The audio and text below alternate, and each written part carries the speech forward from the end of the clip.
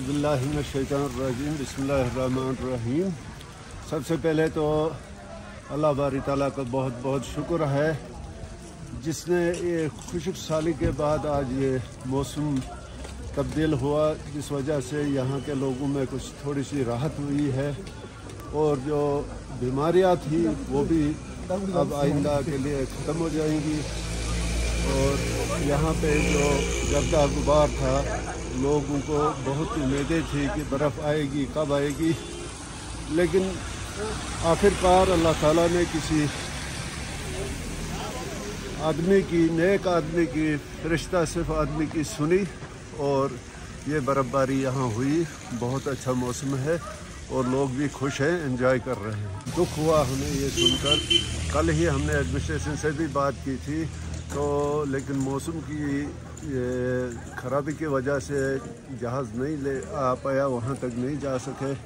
और वहाँ जो कीमती जानें, 3 कीमती जानें चली गई। बहुत अफसोस है हमें भी। और एक जो अभी इंजर्ड है उसको भी कोशिश कर रही है, एडमिनिस्ट्रेशन को हमने बताया है कि उसको जल्द अज जल्द तभी सहूलियात मिले और वो सेहतियाब हो।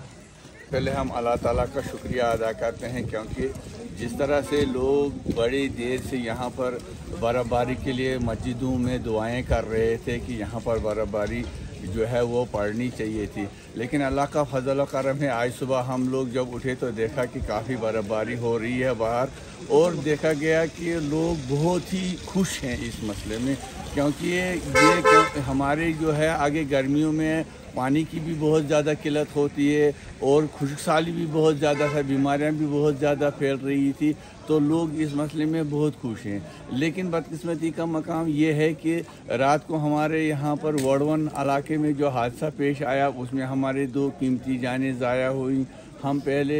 यहाँ की मकामी एडमिनिस्ट्रेशन को बता देना चाहते हैं कि जो हमारे वहाँ पर ज़ख्मी लोग हैं 3 हुए हैं, तो 3 हुए हैं, शायद आपने बताया 3 हुए हैं, तो हम यहाँ की मकामी एडमिनिस्ट्रेशन को कह देना चाहते हैं कि जो वहाँ पर ज़ख्मी लोग हैं उनके लिए कम से कम चॉपर का इंतज़ाम किया जाए, उनको किसी भी तरीके से रेस्क्यू करके किश्तवाड़ हॉस्पिटल या अनंतनाग हॉस्पिटल में लेकर के कीमती जानों को बचाया जाए। जो